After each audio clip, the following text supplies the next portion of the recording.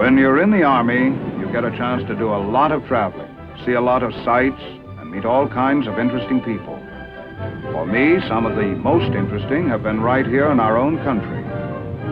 My name's Sergeant Stuart Queen, host for The Big Picture. A good percentage of ideas for The Big Picture is taken right out of our history books. Other stories feature current Army activities of interest to the nation. But once in a while, something unusual comes along, tying in the present with the past, and we come up with a warm, human interest story. In my work, I get around the country quite a bit. It's part of my job. And whenever I'm in this particular vicinity, along this stretch of road, I stop by a quaint little restaurant called Charlie's Harbor Inn. Because it was here at Charlie's, this story happened some months ago. It was right here I discovered for myself that truth can be stranger than fiction.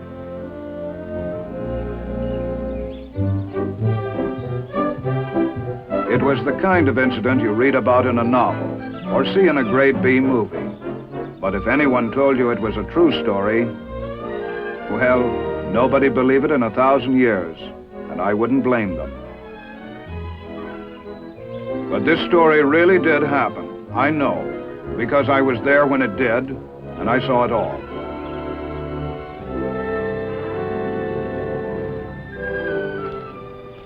Anything wrong, officer? This your car? Yeah, why? That's why. So help me, officer. I didn't even know it was there. Let me see your license. Look, officer, I've only been here about 10 minutes. Yeah, I know. I was just making an important phone call.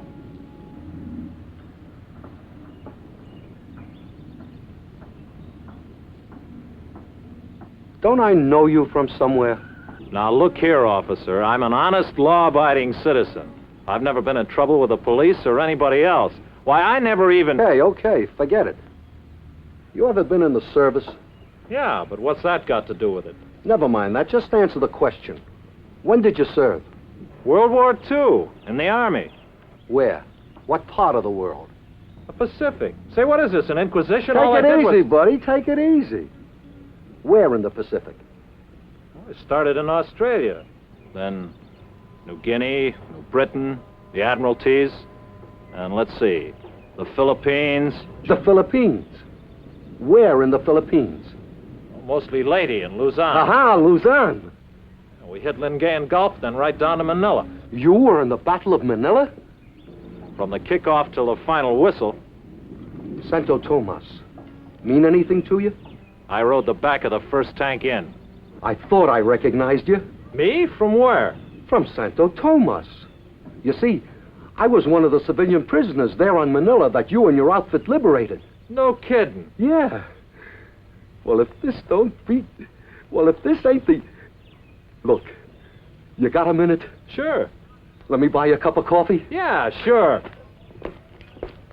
Look, whoever thought that... Nobody'd ever believe it, I know that. After all these years... Here was a veteran of World War II, and here was a man he helped liberate. Both meeting for the first time since that historic Battle of Manila in 1945. Peg, will you get us a couple of cups of coffee? 2 cups of coffee? As I said before, a true story, stranger than fiction, taking place right before my eyes. Man, you've added a few pounds here and there. Food's better over here, and the wife's a good cook. Say, don't I remember your wife at Santo Tomas? Kind of frail? That's right. After you arrived, we had to take her out on a stretcher. How is she now? Couldn't be better. Matter of fact, we got 4 kids. 4? Yeah. That's great. My wife and I often talk about those days.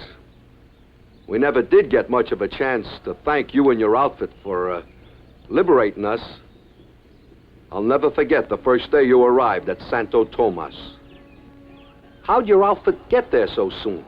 Well, it was all part of the stepped-up liberation of the Philippines.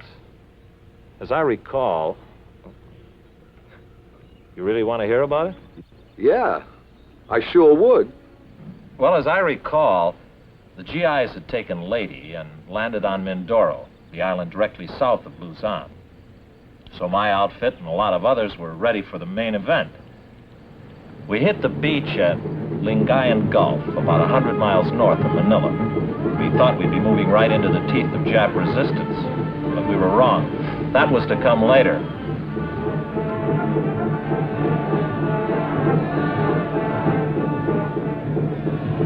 We pushed on down the valley toward Manila, cleaning out little pockets of resistance where we found them.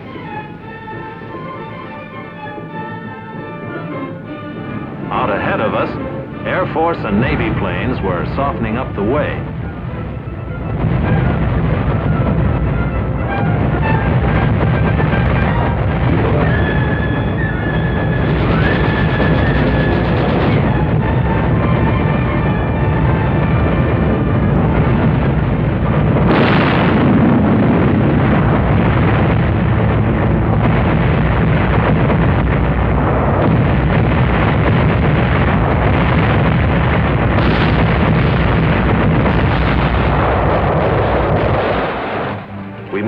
Cautiously forward, wondering what had happened to the enemy. And for a while there, it looked like we were tourists having ourselves a real ball. Along the way, one of the GIs picked up an innocent-looking piece of paper, which turned out to be a Japanese field order. It stated, "All Filipinos found on the field of battle were subject to immediate execution." This applied to all Filipinos in Manila. Filipino guerrillas brought in reports that American and Allied prisoners were starving and being mistreated in the city. So we stepped up the pace in the outskirts of Manila and finally established contact with the enemy. But we soon lost it, and we realized that the Japs were withdrawing to the heart of the city. At Grace Park, where the monument stands, snipers took pot shots at us and slowed down our advance somewhat. And the only satisfaction I recall here was that my outfit was the first to enter Manila proper.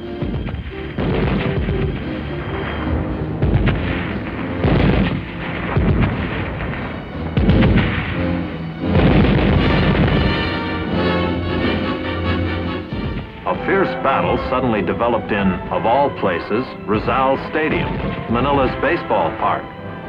The enemy had dug himself in under the stands, and we slugged it out with him with no cover.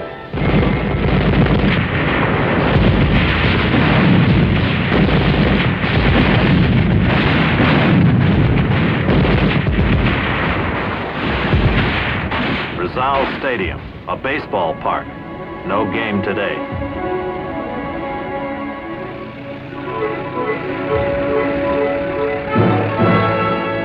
Then we raced into the University of Santo Tomas and liberated, along with you, hundreds of American and Allied internees. It had been 3 years since this pathetic group of prisoners had seen a free American or a square meal. Everyone in Santo Tomas was fortunate that there had been U.S. Army and Navy nurses who had been captured on Corregidor to care for you during those dark years. After we arrived, wires were sent home by the internees, and many replies came back in a few hours, affecting some noticeably.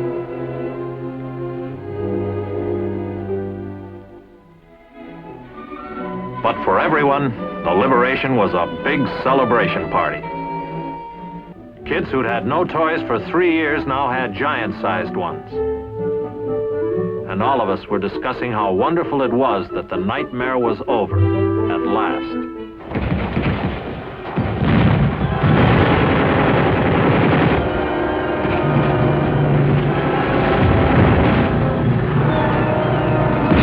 But the nightmare wasn't all over.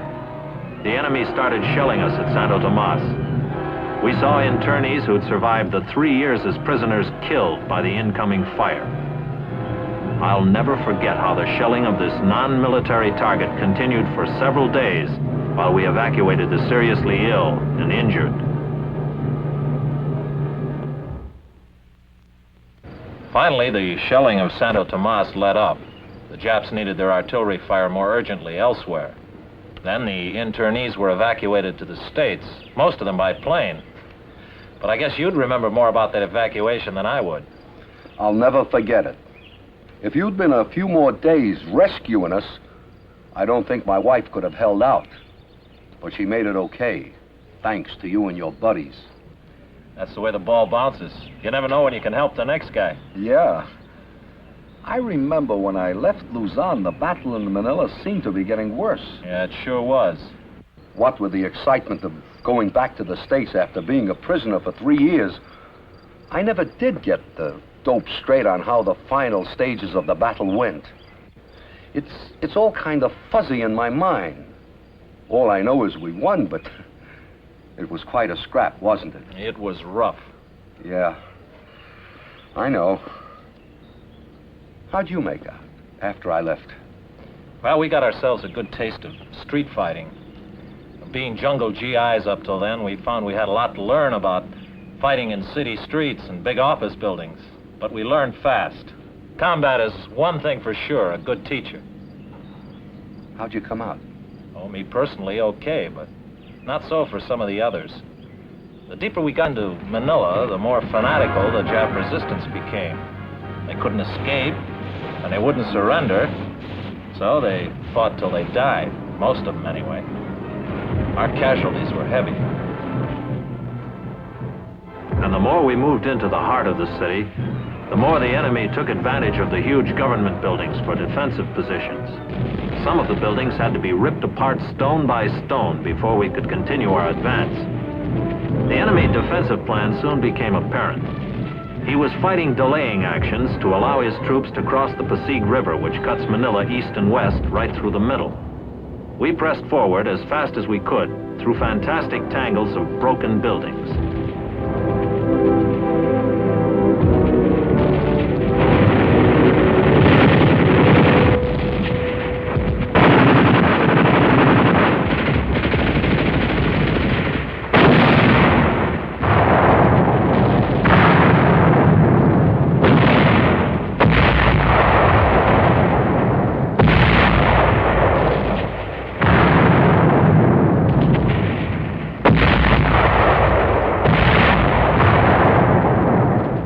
After each Jap unit crossed the Pasig River, a bridge was destroyed, leaving one less for us when we reached the river.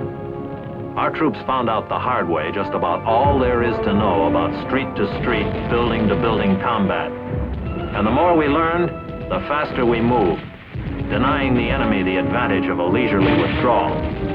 Those Japs who couldn't pull back dug in and fought till they died. Many Filipinos braved frontline fire, handing out cigars or candy to show their gratitude to us.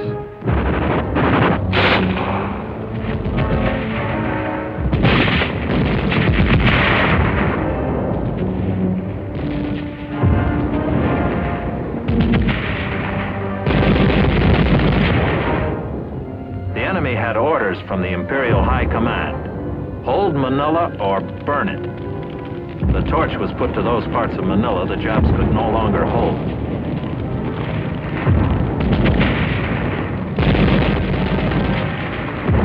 Barrels and drums of gasoline and motor oil were detonated by the Japs inside buildings from one end of Manila to the other. And through all of the inferno, the GIs kept up the initiative, carrying the attack forward toward the Pasig River.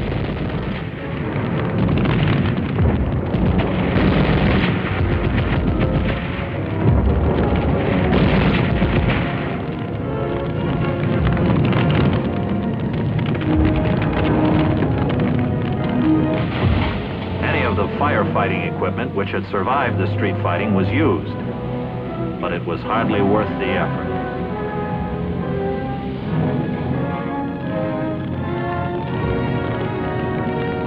The fire gained momentum, burning city blocks at a time, consuming everything in its path that would burn, and it seemed to reach its peak of destruction at night. The Battle of Manila had reached a decisive phase. We were north of the Pasig River, and the Japs were south and moving into the famed old walled city called Intramurals. We kept the enemy pinned down with our fire while we brought up troops to prepare for a boat crossing of the Pasig.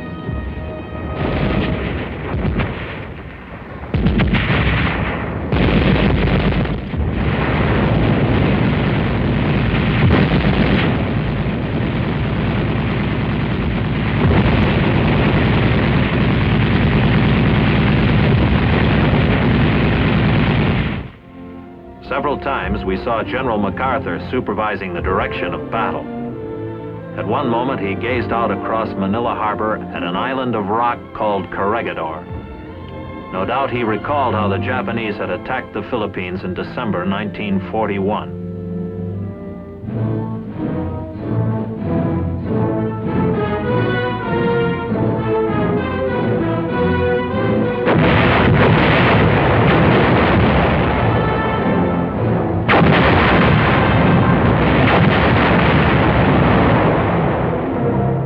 In May 1942, the enemy swarmed over Corregidor. No doubt, too, the general had many times pondered the fate of his troops who were outnumbered, out of ammunition, food, and medical supplies, and thus compelled to surrender. The tide of hope had reached its lowest ebb for Americans when General Jonathan Wainwright sat at the surrender table, and the American flag was lowered on Corregidor.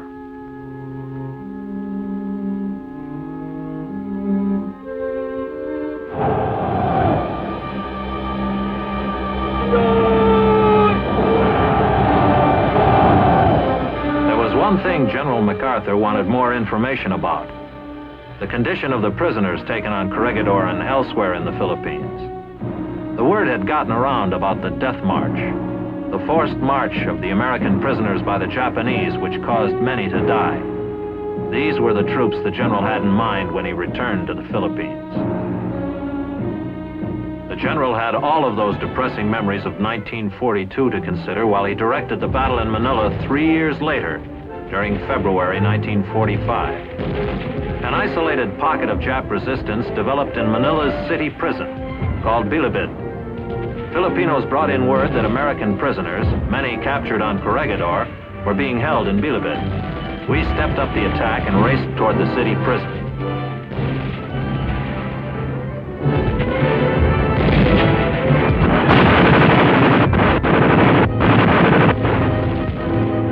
Inside Bilibid, we wiped out the Japs and found the GI prisoners starved, abused, old beyond their years, but possessing an undaunted spirit. They lined up for chow with a 3-year appetite. These were young fighting men on Corregidor. Now they were no longer young, but they were alive. While the battle raged on, preparations were made for an aerial invasion of Corregidor. For Manila could not be secure without Corregidor in our hands. A parachute jump would be coordinated with an amphibious landing on the island fortress. Air Force and Navy pounded the rock while the troop carriers flew in the parachutists.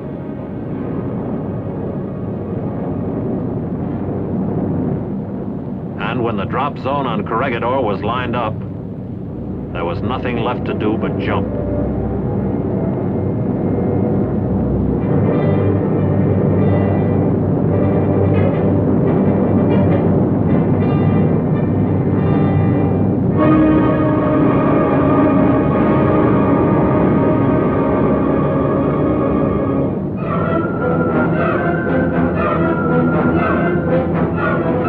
Supplies were dropped right where they were needed.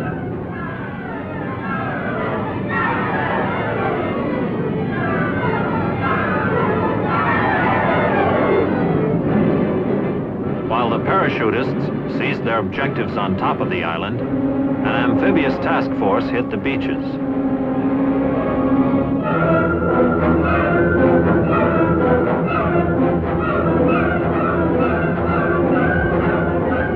Another airdrop of supplies, for at first, everything was delivered by parachute.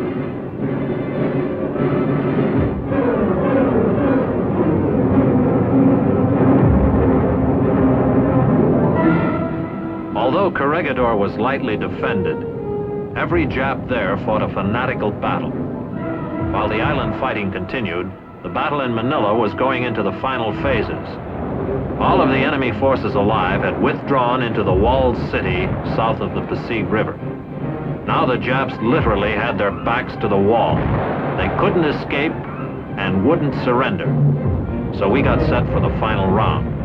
The plan, roughly, was to concentrate our artillery, mortar, and small arms fire on the enemy while we crossed the Passy. Wire communications were strung to assure the closest coordination of overhead fire.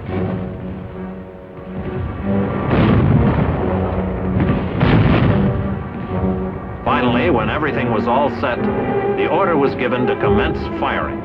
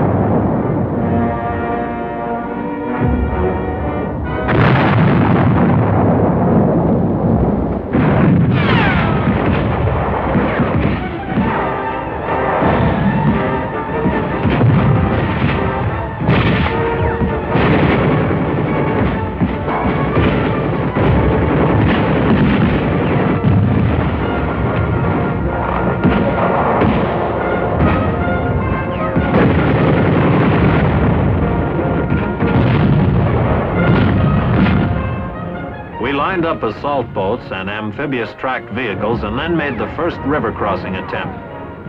We had no way of knowing how successful our concentration of fire had been on the enemy in the walled city, but we found that they apparently were effective since the only incoming fire on us was small arms.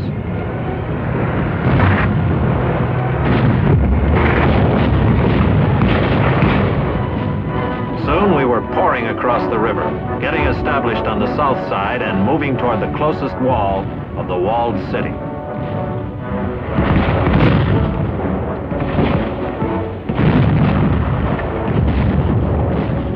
All of us knew by now that the toughest barrier of Manila was directly ahead, the 14-foot thick wall of Intramuros. While we approached our objective, our artillery and tracked vehicles gave us direct fire support.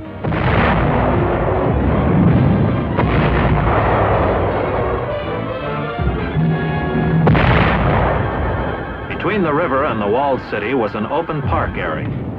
And as we moved over it, we realized that this was the first open spot we had crossed since the Battle of Manila had begun.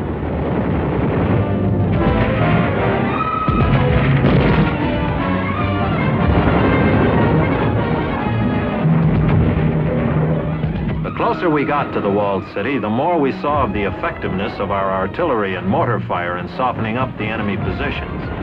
Filipinos willingly pointed out prepared defensive positions of the enemy.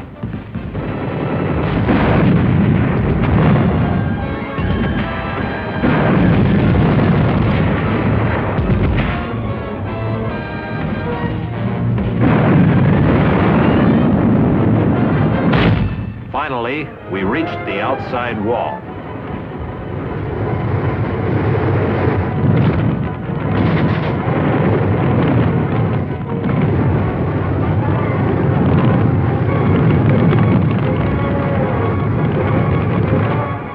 It took a great deal of probing to find the proper place to make the assault. For breaching this fortress was no easy matter regardless of how much artillery we had poured into it. But we finally cracked it.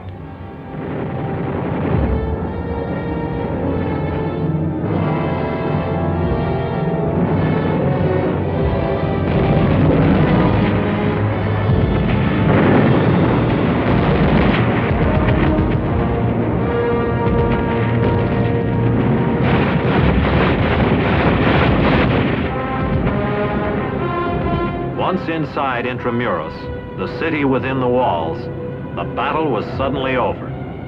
Only the rubble and chaos of combat remained. And among the debris, we found human wreckage.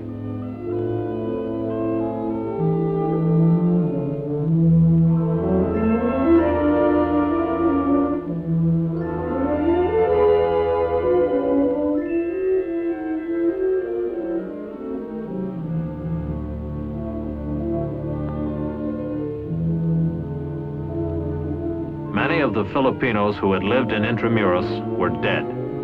Those who somehow miraculously survived started a great mass exodus across the river to go anywhere. Anywhere away from the horrors of the walled city.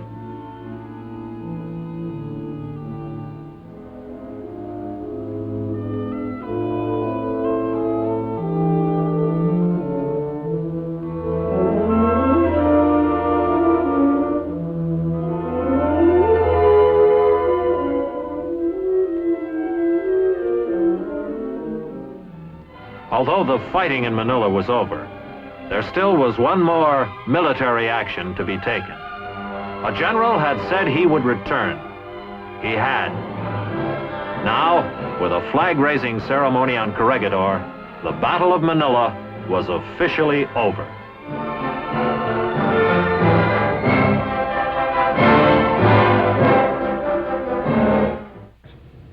And that's how the Battle of Manila went. It was a rough one, gruesome at times. And I thank my lucky stars I got out of it okay. Some of my best friends didn't. Maybe you'll understand how indebted I feel towards them. Yeah, I guess so. Look, you gotta come out to the house and see the wife. I can't tell you how happy she'll be to meet you again. Why don't you come out some night for dinner? Soon. Whatever you say. Good.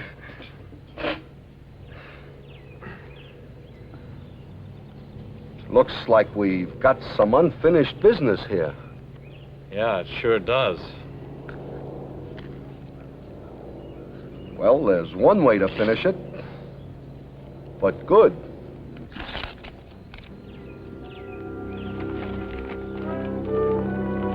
That's just the way it happened, and a good finish it was for a true story. In an important sense, the incident has meaning for all of us, for it brings into sharp focus the great sacrifices and courage which typify our armed forces. It is this type of unsung action that gives depth and meaning and purpose to military history and to a country's heritage.